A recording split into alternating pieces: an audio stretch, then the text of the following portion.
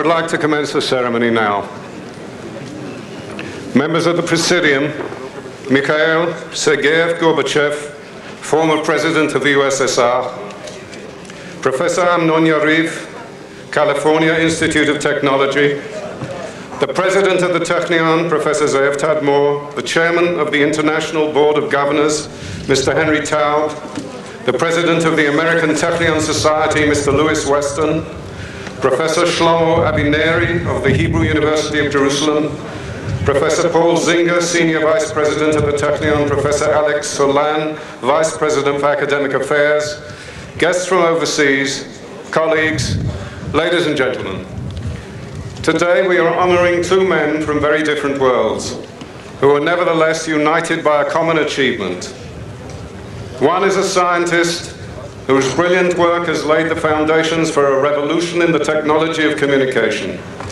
The other is a statesman who, by demonstrating leadership of historic dimensions, has almost single-handed broken down the wall that divided East and West.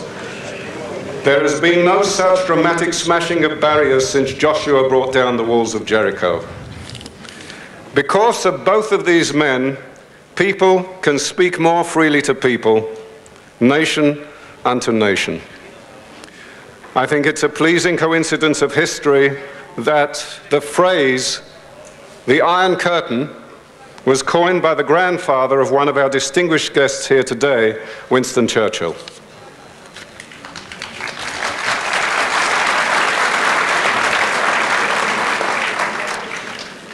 It is traditional to commence the Harvey Prize ceremony with music. And I would ask Jana Gendelsman and Yoni Gendelsman to come to the stage, please.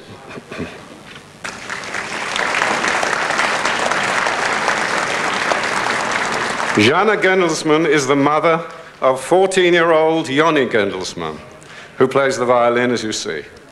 Less than 2 years ago, they lived in Moscow, and today they're Israeli citizens.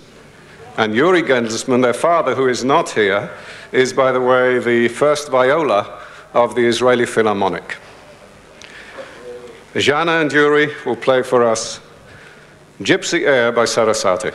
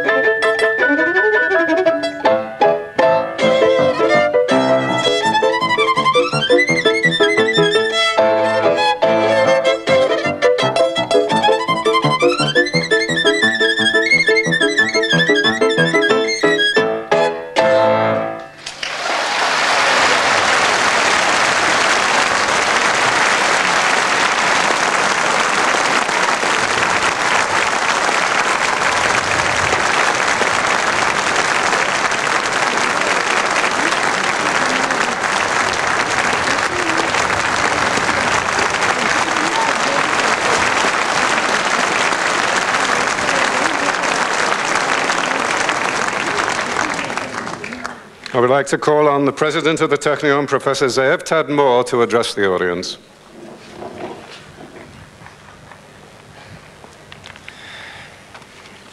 Thank you, Brian. Distinguished Harvey Prize laureates, Mr. Mikhail Gorbachev and Professor Amnon Yariv, representatives of the Harvey family, distinguished guest speaker, Professor Shlomo Avineri, Chairman of the Board of Governors, Mr. Henry Taub, American Society President, Mr. Lou Weston, members of the Board of Governors, honored guests, and friends. We are about to embark on a ceremony that celebrates the Harvey Prize laureates. This year's occasion is truly exceptional. Of course, the recipient, President Mikhail Gorbachev, and outstanding scientist Professor Amnon Yariv are unique individuals whose names and achievements are known throughout the world. But it is not apparent, perhaps, that each has contributed immeasurably in the development and climate of scientific discovery. Science is by nature international. It is a discipline that necessarily links its partners around the world in the pursuit of discovery and understanding. It transcends other fields in that it works in one common language. This uniformity allows scientists to gather at professional conferences and exchange the latest information despite their different native tongues. The scientific exploration thrives on peace, on freedom and democracy and cooperation. It withers and dies in isolation and under repression. True, the applications of much scientific and technological advancement is in conflict and war. From the bullet to the nuclear war, science can make all the difference. But this competition for lethal ends, in the final analysis, stifles human creativity and scientific advancement. When countries race against each other instead of against the limitations of current technology, to fight poverty, disease and suffering, to prevent the destruction of the fragile environment of our planet, then they are channeling that know-how into destruction instead of toward creation. Consider the recent Earth Summit in Rio de Janeiro.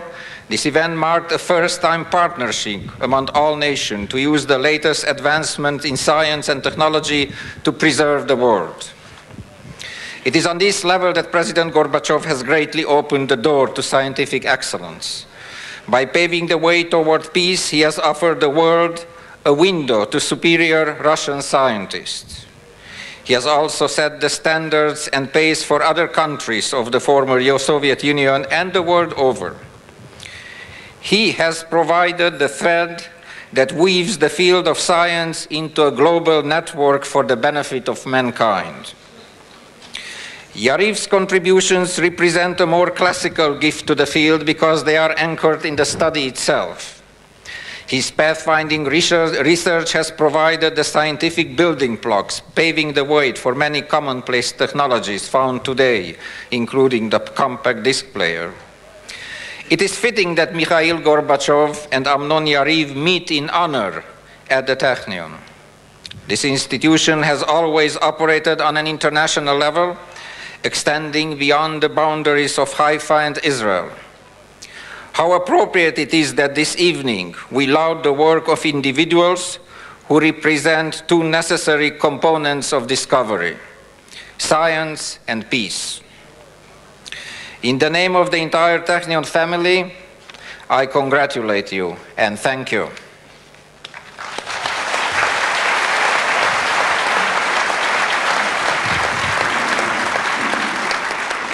And now I invite Mr. Henry Taub, the Chairman of the International Board of Governors of the Technion, to bring his greetings.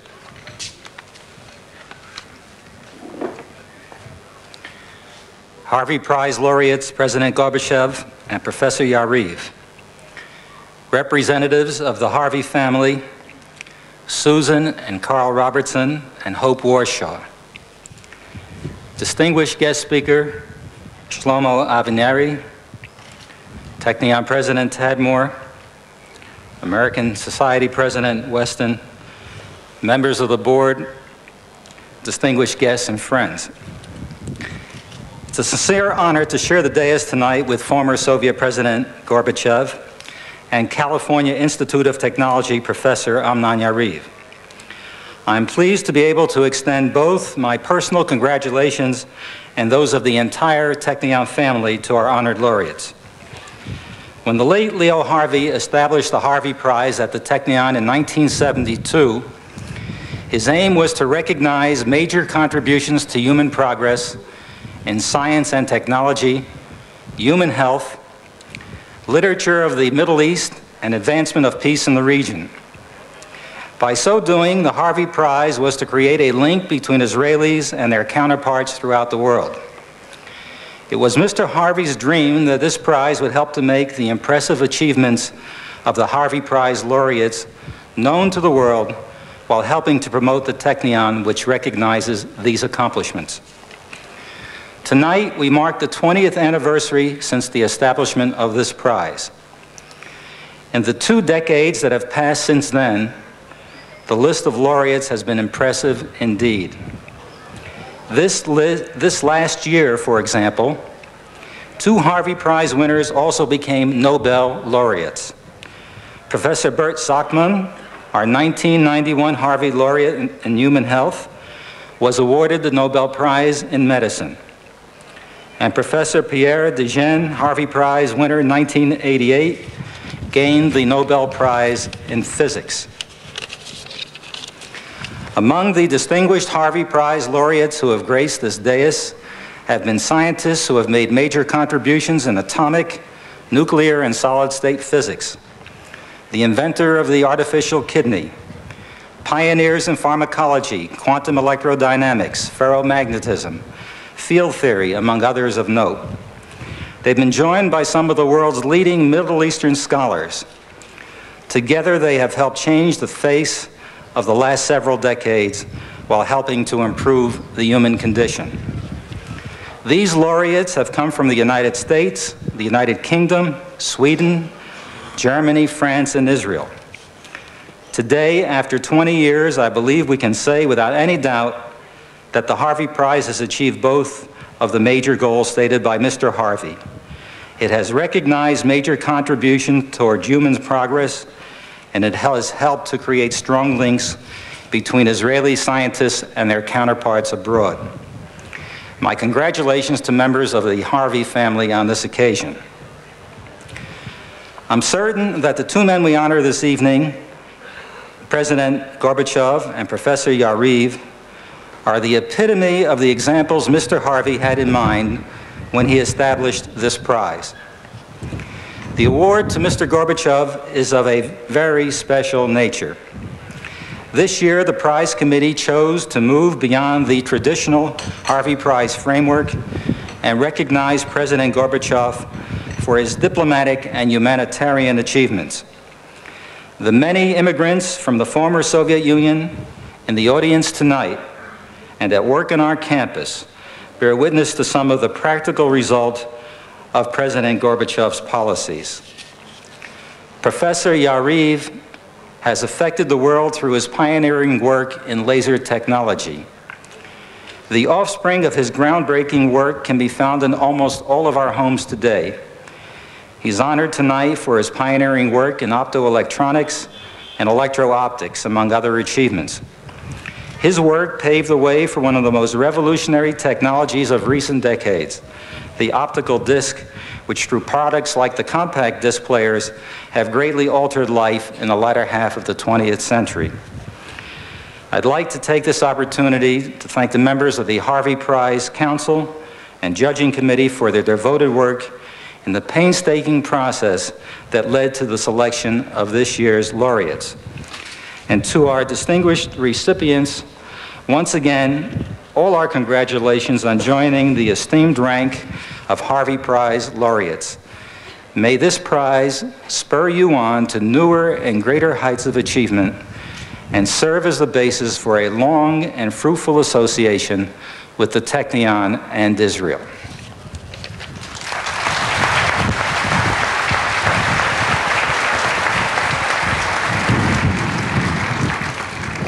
And invite Mr. Louis Weston, the President of the American Society for Technion, to bring his greetings. Louis.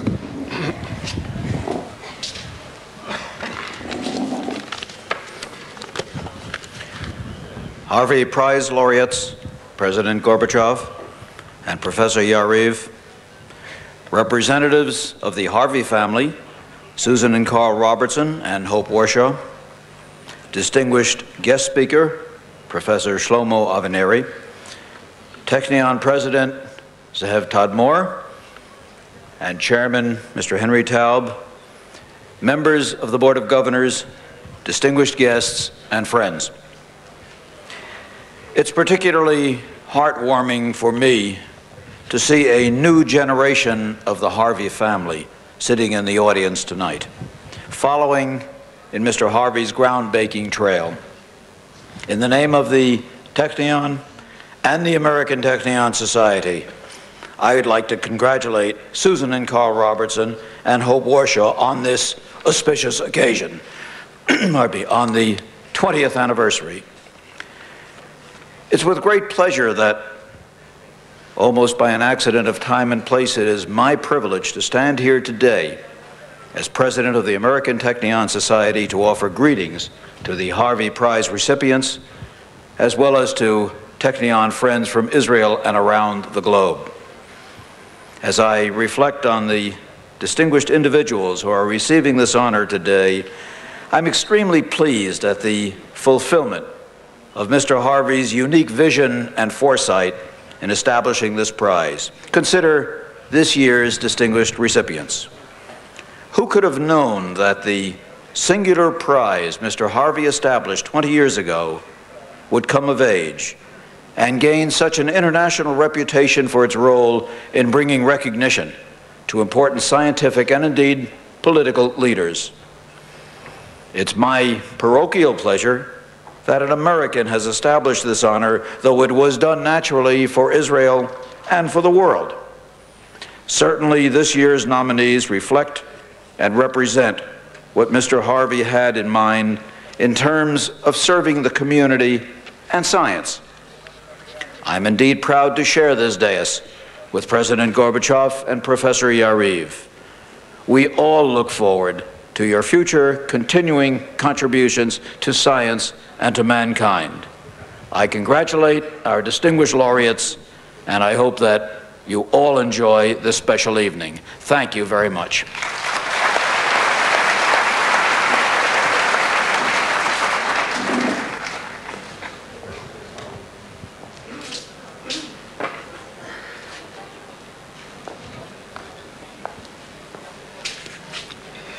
We'll now proceed with the Harvey Prize ceremony, and I invite the Senior Vice President of the Technion, Professor Paul Singer, to approach the rostrum.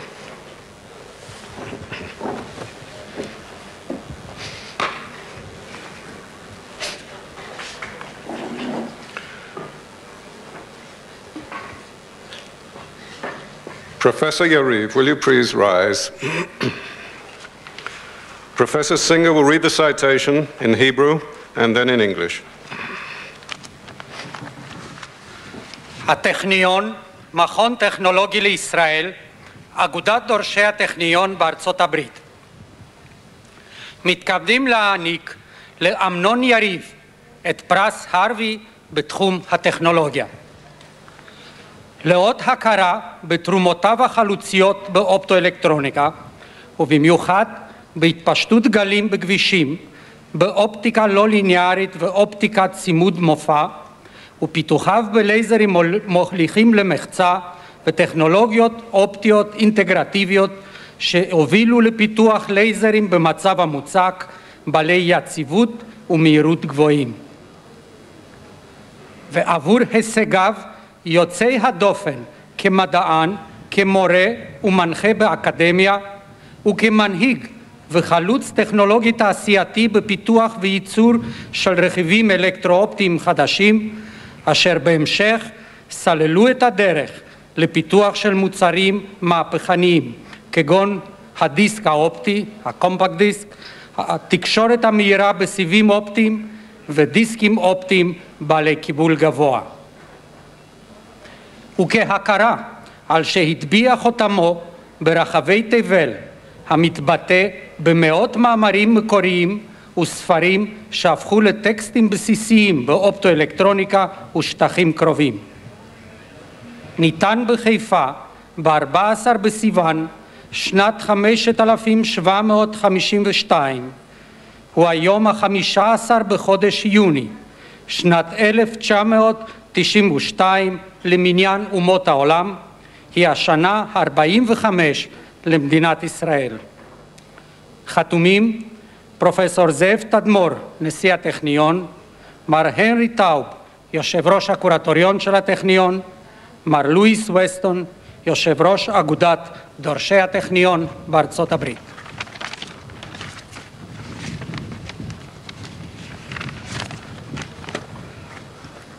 Technion, Israel Institute of Technology, and the American Technion Society hereby confer on Amnon Yariv the Harvey Prize in Technology.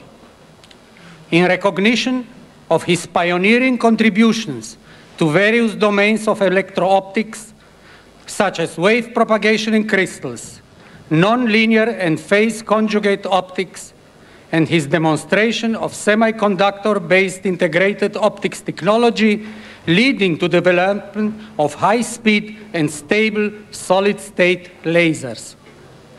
Also, for his outstanding achievements as a scientist and technological industrial leader, paving the way to later revolutionary breakthroughs, such as the compact disc and high-speed fiber optics transmission, and for his contribution to the body of knowledge in optoelectronics as manifested in hundreds of original articles, and his stature as teacher, who wrote fundamental texts which have become classics in optoelectronics and associated areas.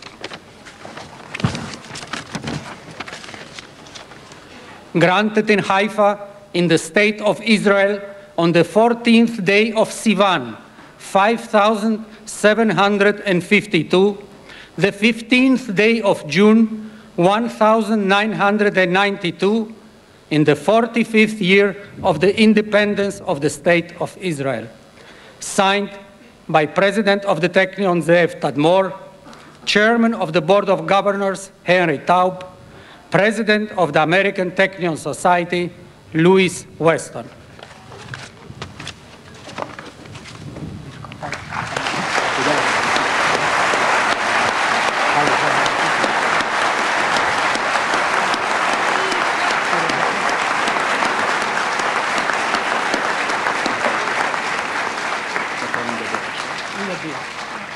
I would now like to ask Professor Yariv to respond.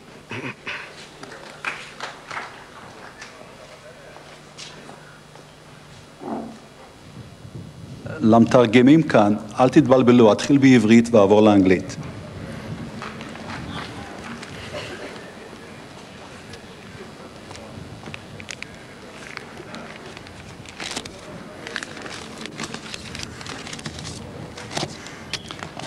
נהוג לפתוח אירוע כזה בתודות, ואני לא מתכונן הערב לחרוג ממסורת זו. ובכן, תודה למר חי ולמארגנים של הערב הזה. זאב תדמור, נשיא הטכניון, שלמה אבינרי, חברי הקורטוריון של הטכניון, משפחת הרווי, חברי הסגל האקדמי, שביניהם שותפים שלי למחקר ועמיתים למחקר, וברור חברי מועצת הבחירה של הפרס. תודה לכם. It's customary in events of this sort to start with thanks and acknowledgements, and I'm not going to break this tradition tonight. So thanks to the hosts of this evening, Professor Tadmor, President of the Technion, Professor Shlomo Avineri, the Board of Governors, the Harvey family, and the faculty of the Technion, among whom I count many present and past collaborators. I must, of course, thank my wife, Fran, sitting here in the front row, because after all, I have to face it tonight all alone in our hotel room. But in all seriousness, I need to thank her for the steady support and tolerating gracefully the many stretches of withdrawal behavior that every scientist experiences and displays every now and then. Thanks to Professor Yuval Ne'eman, whom I've seen somewhere here, who not only made me a Sackler Fellow of Tel Aviv University, which makes it possible for me to spend a month a year here, but also as my commander in the War of Independence, got my company out of a tough spot in Latrun in 1948. Thanks to Aunt Rachel, who I hope is here, who tutored me in mathematics in the 6th grade. Without her, I would not be here. And lastly, thanks to Mikhail Sergeyevich Gorbachev for sharing this event with me.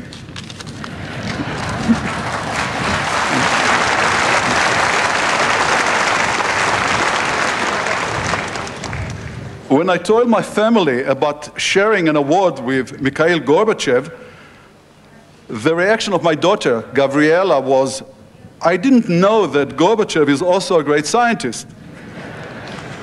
I was tempted to say, I bet you didn't know that I'm a great diplomat. But she knows me better, and I didn't say it. Okay, well, you had some description of what I do, and I thought maybe I'll spend a few minutes, no more, in telling you how it looks for my vantage point. And I'll try to be a little serious. I spend most of my days really in talking to young people, scientists, students, doctoral students at Caltech, the California Institute of Technology, which is like the American Technion. And we spend most of the time at the blackboard talking about work in progress, other things which might be interesting, anything, sports, politics. And then the students go back to the labs and do the work. And I go out and get a prize. And that's the way it's done usually. And one is very fortunate to be at a place like Caltech that brings together some of the youngest, the brightest and best educated young men in the world. Oddly enough, well, oddly because of the distance, there's always 2 or 3 Israeli among my 15 or so students and collaborators at Caltech. Some of them now are members of the staff here at the Technion and other universities, and it's always a pleasure to come back and visit them to see how well they do. And only trouble with those kind of working with young people, they get younger every year. But that's part of the fun. Now, the area of my research is at the confluence of optics and electronics. And basically, I'm a matchmaker, שטחן, או אלה שדברים יידיש, השטחן. And I'm trying to, have tried for years to get electrons, which are the carriers of electric current, and photons to work together and live together. As you know probably, computers are based completely on electronics, on electrons. On the other hand, the transmission of information from one place to another, from a continent, and recently even inside computers, is done mostly with light recently. And the carriers of light, the particles which carry light, are photons. Well, it has become recently possible and almost necessary because of the fact that the borderline between computing and communication is being erased, and in some cases it has disappeared, to force electrons and photons to work together. The things I work on, the things you heard described today, the field of optoelectronic has to do with this endeavor. Well, I deviated from my text here, so let me catch up. As a matter of fact, the Technion itself has launched a year ago, with support of some of its New York area American Technical Society benefactors, a major new research initiative in the area of optoelectronics, And naturally, I think it was a good decision, and I hope to remain associated with it. And I will conclude it by, again, thanking all my hosts and all of you here in the audience for taking the time and sharing this evening with me and Mikhail Gorbachev. Thank you very much.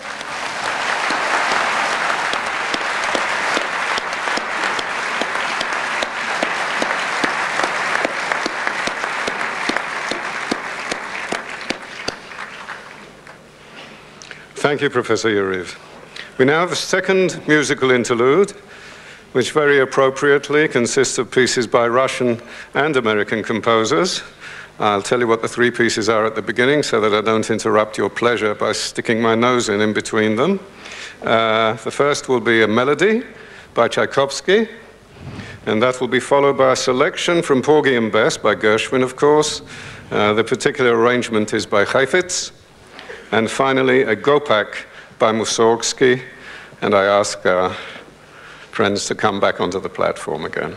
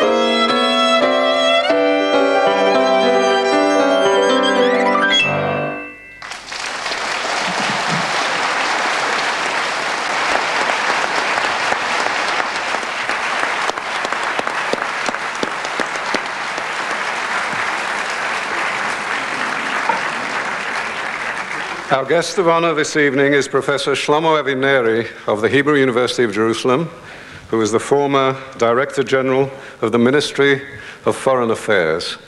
Professor Avineri, will you address us, please?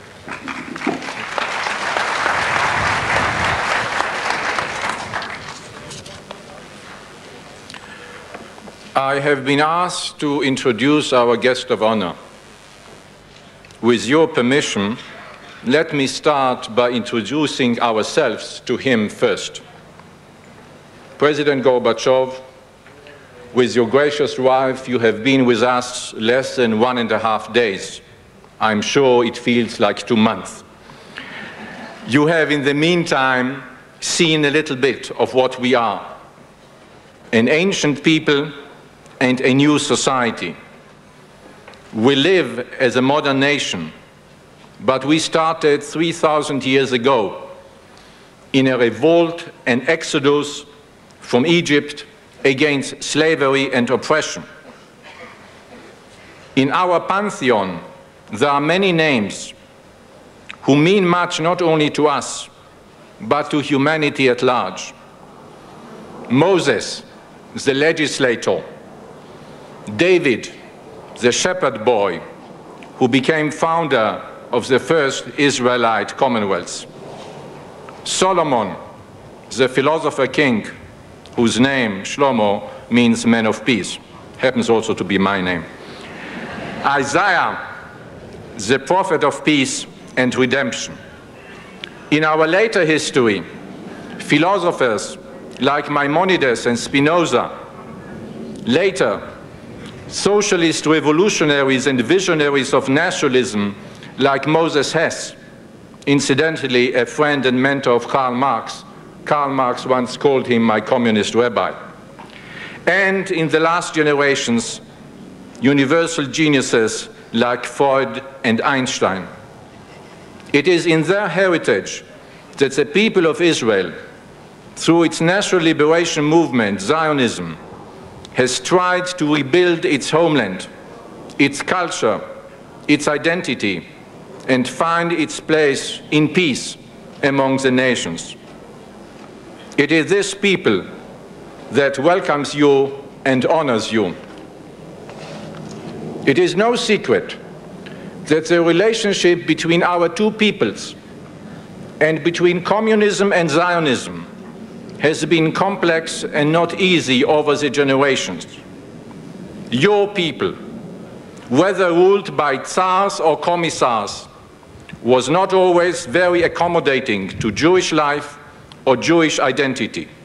However, we do remember the role of the Red Army in saving Jews from pogroms and the Black Hundreds in the Civil War and revolutionary years. We do remember the role of the Soviet Army in saving so many Jews from Nazism in World War II. We do remember the support the Soviet government gave Israel in its fight for independence. And so much of our culture and literature and thinking and music and politics has been influenced by your culture and your society. But in the last decades, our relationship has become even more difficult and troubled. The Soviet Union supported radical Arab nationalism. Jewish culture and life in the Soviet Union was suppressed. Immigration was forbidden.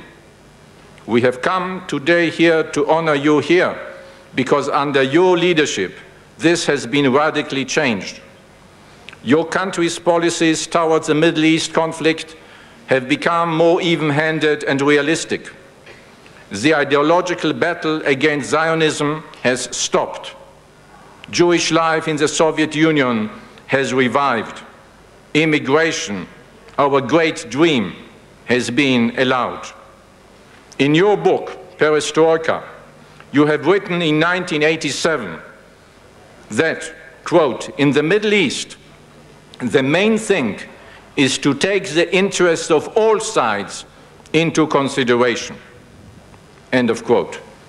Within the general framework of Perestroika, you worked towards creating in the Middle East a climate of cooperation, not confrontation. You helped limit the arms race in the area. You stopped Soviet support for terrorism. And you resumed diplomatic relations with Israel. It was Ambassador Bovin who presented his credentials to President Herzog in Jerusalem on 23rd December 1991, still as Soviet ambassador under your leadership. Those of us who saw this ceremony remember it vividly and will probably never forget it. The Soviet flag again flowing in Jerusalem, probably the last time anywhere in the world. The Soviet national anthem again played in Jerusalem, probably the last time it was played on any diplomatic occasion anywhere in the world. A circle has been closed. An act of historical justice has taken place under your leadership. Many of us would have wished it would have come earlier, but it came. And we honor your part in that decision, in that change. It was this change that also opened the road to Madrid, where you appeared together with President Bush as co-chairman of the International Peace Conference on the Middle East. In our corner of the world, the policy you helped to initiate has begun to bear its fruit. The road is very long, but we have started it, and it was very much with your help. Those of us who follow international events know how complex and contradictory they are, and how ironic political life sometimes is. We know the dialectics of intention and consequences, what the philosopher Hegel called the cunning of reason. But we also know that one has to judge by a complex assessment of intentions and results. Intentions are not enough, but results do not come out of clean air. It was also Hegel who saw two types of individuals who changed the course of world history. One, the conqueror, Alexander the Great, Julius Caesar, Napoleon. The other, the prophet, Moses, Socrates, Jesus. The first changed the world by force.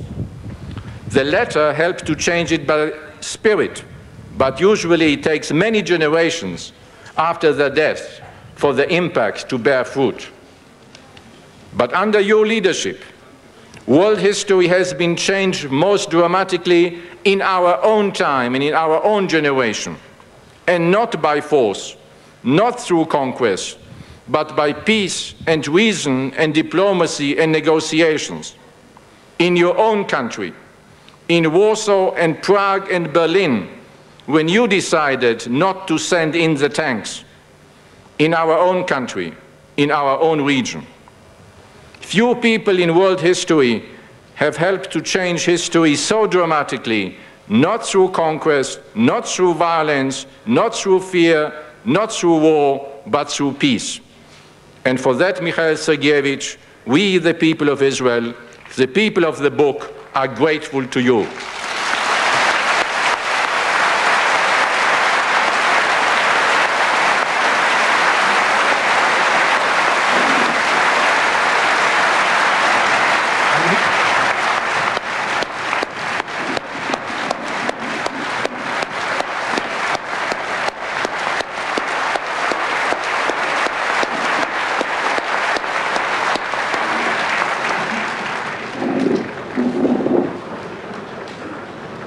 We continue with the ceremony.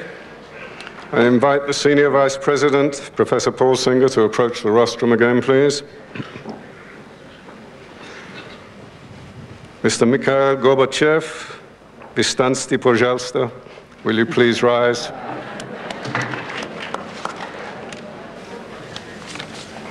Professor Singer will read the citation in Hebrew and then in English. הטכניון, מכון טכנולוגי לישראל ואגודת דורשי הטכניון בארצות הברית מתכבדים להעניק למיכאיל סרגייביץ' גורבצ'וב את פרס הרווי עבור התרומה בולטת לשלום במזרח התיכון. לאות הוקרה על יוזמותיו הנועזות, אשר שיפרו ללא הכר את מערכת היחסים הבינלאומית ואת איכות חייהם של מאות מיליוני בני אדם בעולם כולו ובאזורנו בפרט. חתן הפרס, בסיועם של אלכסנדר יעקובלב ואדוארד שוורנצה, פעל ללא לאות ליישום נאמן ועקבי של החזון של יישוב סכסוכים בדרכי שלום, ובכך הביא למהפכה של ממש, אשר שינתה את עולמנו מן הקצה אל הקצה ללא שפיכות דמים. מדיניות זו באה לידי ביטוי בהרפיית המתח באזורנו, בהפחתת מרוץ החימוש ובעידודם של דפוסים של שלום ושל שיתוף פעולה בין ישראל לבין שכנותיה. הגישה ההומניטרית המתקדמת הביאה לפתיחת שערי ברית המועצות בפני הגירה יהודית ושמה קץ לרדיפות התרבות והדת היהודית בארצו. ניתן בחיפה ב-14 בסיוון שנת 5752, הוא היום ה-15 בחודש יוני שנת 1992 למניין אומות העולם, היא השנה ה-45 למדינת ישראל.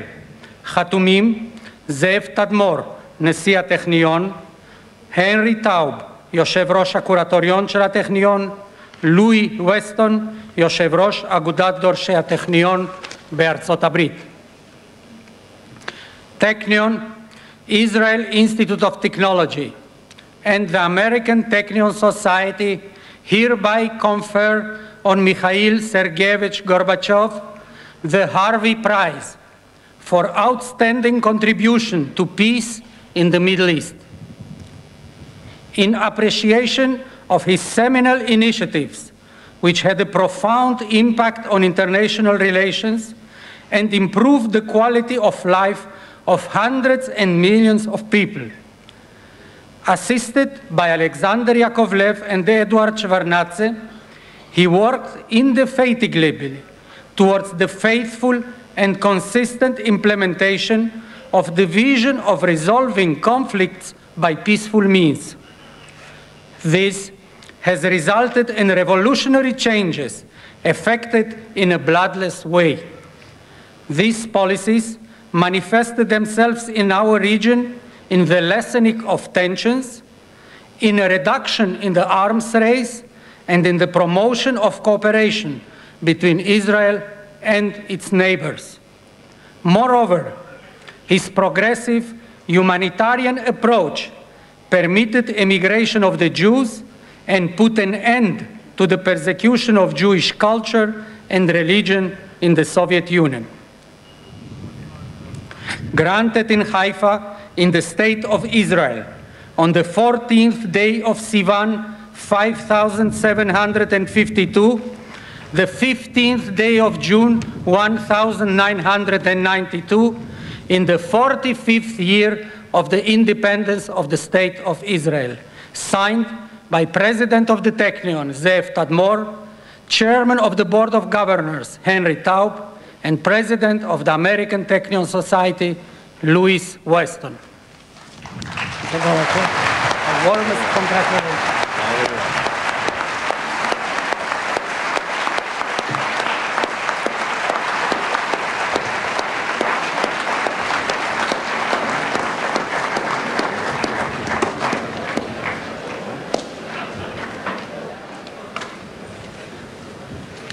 I have the very great honor of inviting Mr. Gorbachev to address the audience.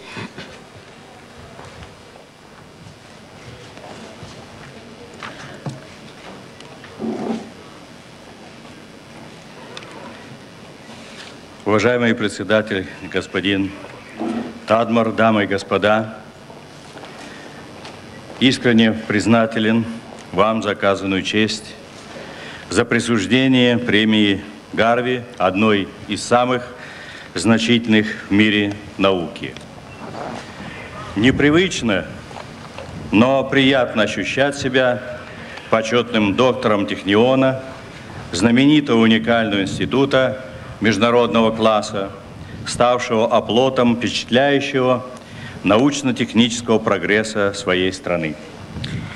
Dear Honorable Chairman, Mr. Tadmor, ladies and gentlemen, I wish to thank you for the great honor that you have bestowed upon me by awarding me the Harvey Prize, one of the most important prizes in the world of science. Although it is an unusual feeling, it is also very pleasant to see myself as an honoree of the Technion, a famous and unique institute of international fame that has become the bastion of its country's impressive scientific and technological progress. Я рад, что это событие, большое событие в моей жизни, совпадает с тем, что я разделяю это торжество с профессором Ярев, которого мы имели честь здесь приветствовать, и имя которого известно в мире большой науки. I am very glad to participate here in this ceremony with the Professor Yariv, who is well known in our country. Естественно, я оцениваю тот факт, что вы поставили меня в ряд с такими своими почетными членами, как Альберт Эйнштейн, Нильс Бор, Бен-Гурион, Хайм Герцог, ваш президент, и Маргарет Тэтчер, с которой мы вместе немало сделали для перемен к лучшему в мировой политике. I also appreciate, of course, the fact that you have placed me on the same level as the other honorees, such as Albert Einstein, Niels Bohr, David Ben-Gurion, President Chaim Herzog, and Margaret Thatcher, who did much to improve world politics. Я тронут вашими добрыми словами, оценками моей деятельности, все вместе, и приглашение сюда, и награждение, и сказанное здесь, я рассматриваю как поддержку моих усилий продолжить разработку идей нового мышления в новых условиях. Your words and praise for my actions have deeply touched me.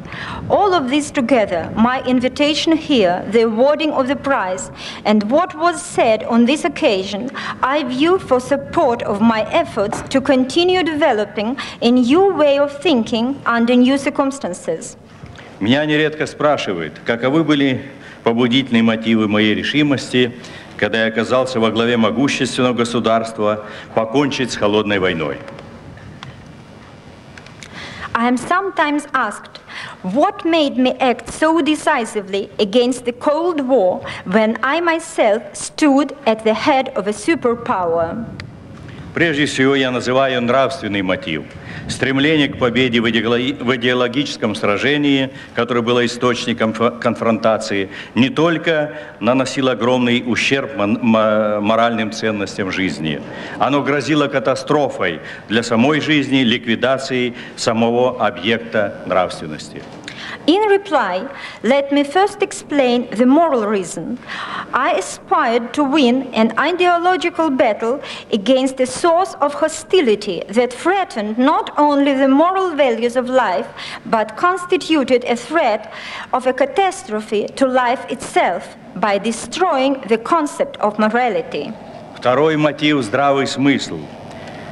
Начав грандиозную реформу, рассчитывая создать динамичную, открытую экономическую систему, способную дать благосостояние людям, нельзя было и дальше загонять 3/4 самых лучших материальных и интеллектуальных ресурсов в военно-промышленный комплекс.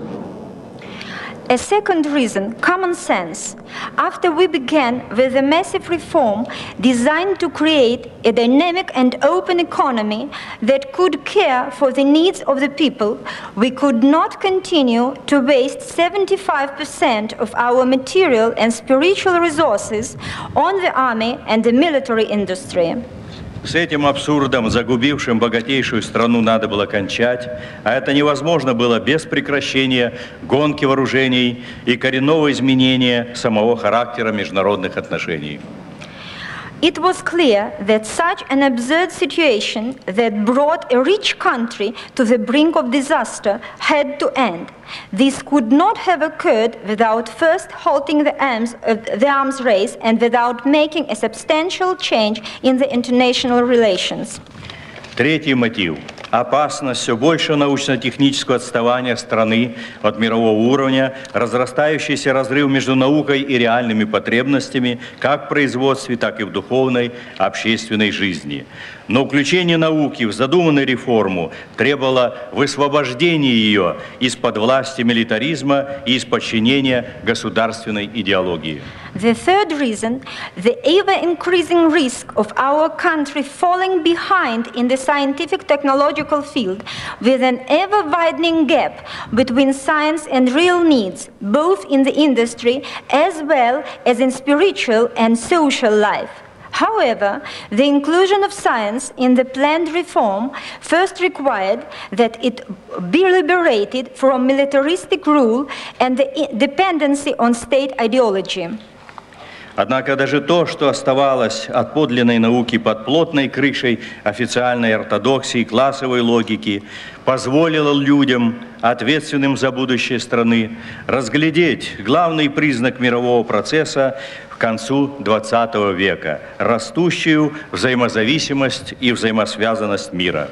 At the same time, what did remain from the real science under the heavy blanket of the official orthodoxy and class system enabled the people responsible for the future of the country to identify a hallmark characteristic of the 20th century, a worldwide increase in mutual dependency and relations. Для меня это было открытием, которое легло в основу нового мышления. У истоков его простая мораль и простая мысль. Что плохо для других, плохо и для твоей страны, и наоборот. For me, it was certainly a discovery that constituted the basis for a new way of thought. Its basic assumption has a simple moral and a simple idea. Whatever is bad for others is bad for your country as well. And the opposite is also true.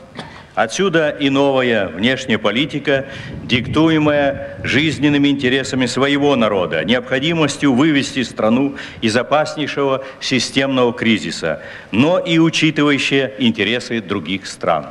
This was also the cornerstone of the new policy that was dictated by the interests of your people, by the need to bring your country out of a serious crisis, and also by considering the interests of other countries. Сегодня, оценивая пройденный путь, я с горечью отмечаю, что не все, чего хотелось, было достигнуто, как внутри, так и вовне. Не удалось урегулировать и тяжелейший региональный конфликт, ближневосточный. Today, when I look upon the road we have traveled so far, I must stare with some bitterness that we have not achieved all that we desired, both within the country and outside it. We also did not succeed in putting an end to the worst regional conflict of all, right here in the Middle East. Мне хорошо известна сложность проблем, которые переплелись в предельно запутанный клубок. В условиях холодной войны, как теперь ясно, его невозможно было распутать. I am well aware of the complicated weave of problems that combined to form the worst tangle ever. It is now clear that with the background of the Cold War, it was quite impossible to untangle it. Советский Союз всегда был в принципе за мирное решение конфликта, но возможности его влиять на события именно в этом направлении были ограничены и внешними обстоятельствами того периода, и ошибками, непоследовательностью, связанными с наследием сталинизма, и с идеологизированным подходом к сущности конфликта. The USSR supported the resolution of the conflict in the peaceful way. However, its capability of influencing this direction was severely limited due to external circumstances of that period, mistakes, and a lack of consistency rooted in the post-Stalin period as well as in the ideological approach to the conflict. Этим же объясняется и задержка с восстановлением дипломатических отношений, без которых мы обречены были на односторонность в оценке событий. for these same reasons, the resumption of diplomatic relations, and therefore our appraisal of the situation remained one-sided. Тем не менее, растущее доверие в международных отношениях в целом позволило все-таки выйти на переговорный процесс, и мирная конференция, на которой я был сопредседателем, состоялась. И позволю себе сказать, что моя страна, как в свое время при образовании государства Израиль, в этот острый момент оказала добрые услуги, в том числе и вашей стране. Despite all this, our overriding faith in international relations enabled negotiations to begin as we opened the peace conference of which I was one of the chairmen. And if I may say so myself, this time my country provided its good services to your country as well, in such a tense situation, similar to that at the time of the establishment of the State of Israel. Я надеюсь и хочу, чтобы обновленная Россия достойно выполняла свою роль в ближневосточном урегулировании на справедливых для всех началах. Ей будет легче это делать, поскольку происходит качественный перелом в отношениях между нашими странами. I do hope and pray that the new Russia will play an honorable role in obtaining a just arrangement in the Middle East. Now it will be easier for her to succeed in view of the substantial changes in the relations between our countries. Я уверен, развитие их, дальнейшее новое сближение между русскими и еврейским народами пойдет на благо и им самим, и всему международному сообществу. I am confident that the continued warming up of relations between the Russian people and the Jewish people will also help both of our peoples and the entire international community. Вы бы меня не поняли, если бы я обошел вопрос об антисемитизме. Советская власть публично осудила антисемитизм. И, надеюсь, известно, какой простор для самоутверждения и реализации своих талантов получили евреи в России после гражданской войны и как широко они пользовались полученными правами. Однако при Сталине, особенно после войны, антисемитизм был внесен и во внешнюю, и во внутреннюю политику, хотя и не в открыто репрессивных формах, продолжалось это и после Сталина. You would not have forgiven me had I ignored the problem of anti-Semitism. The Soviet government officially uprooted anti-Semitism. I hope that you know how much leeway Jews in Russia received in order to realize their talents after the Revolutionary War, rights of which they indeed took full advantage. Yet, in the days of Stalin, especially after World War II, anti-Semitism was introduced to domestic politics as well as foreign policy. Even after the death of Stalin, this state of affairs continued, however, not in openly repressive forms. Покончить с официально отрицаемыми, но фактически поощряемыми проявлениями антисемитизма в общественно-политической практике удалось лишь в ходе перестройки. Но ядовитые последствия смыкания бытовых предрассудков, унаследованных от царизма, с попустительством и поощрением сверху в 40-х, 70-х годах сказываются до сих пор.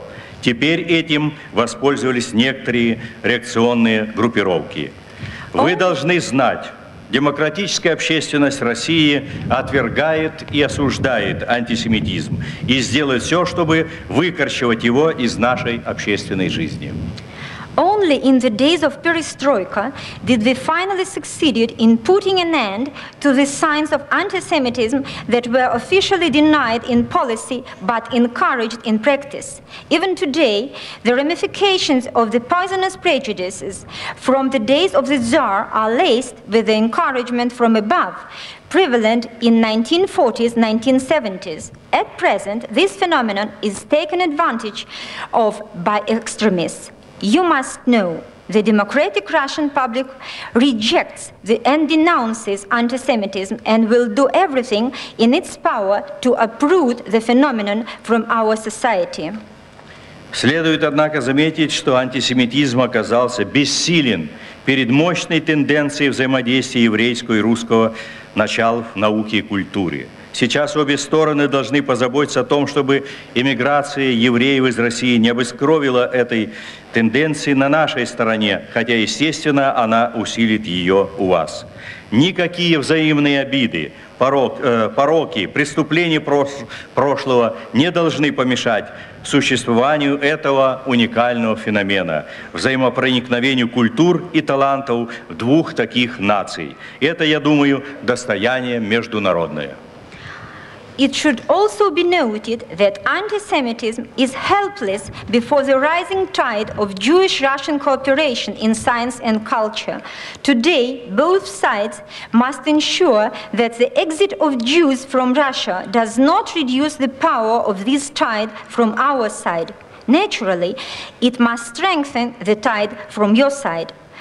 No insults, disadvantages, or past crimes must be allowed to disturb the existence of this unique phenomenon, the all-encompassing exchange of cultures and talents.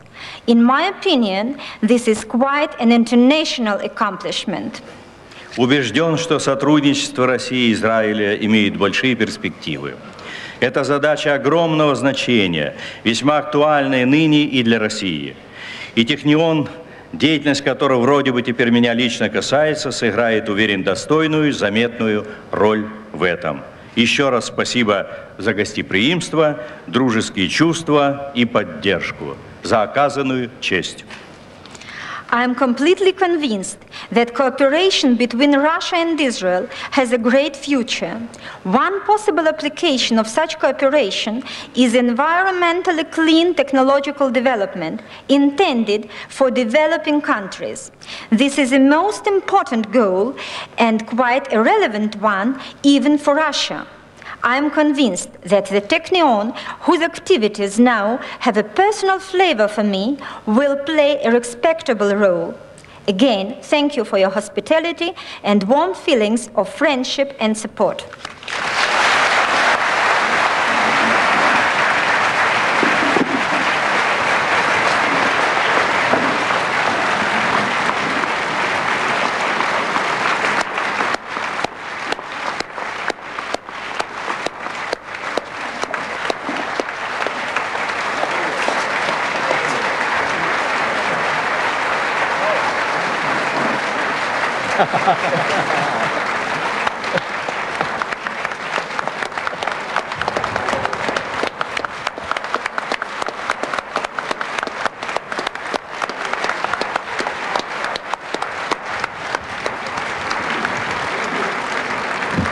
Will the audience remain standing, please, for the singing of the national anthem, Hatikva.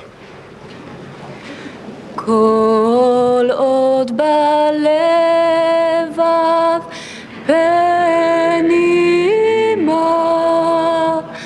nefesh Yehudi homiya ulfatei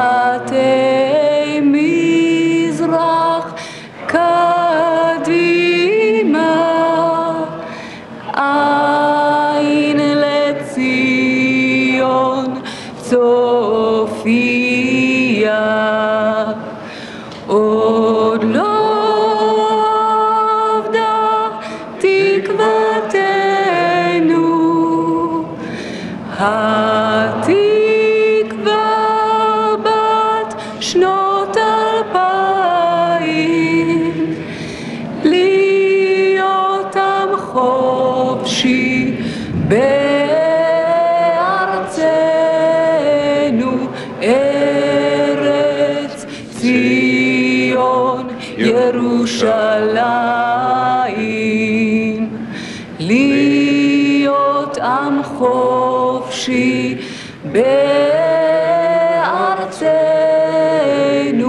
ארץ ציון ירושלים. Will the audience please remain standing until the academic procession has left the stage?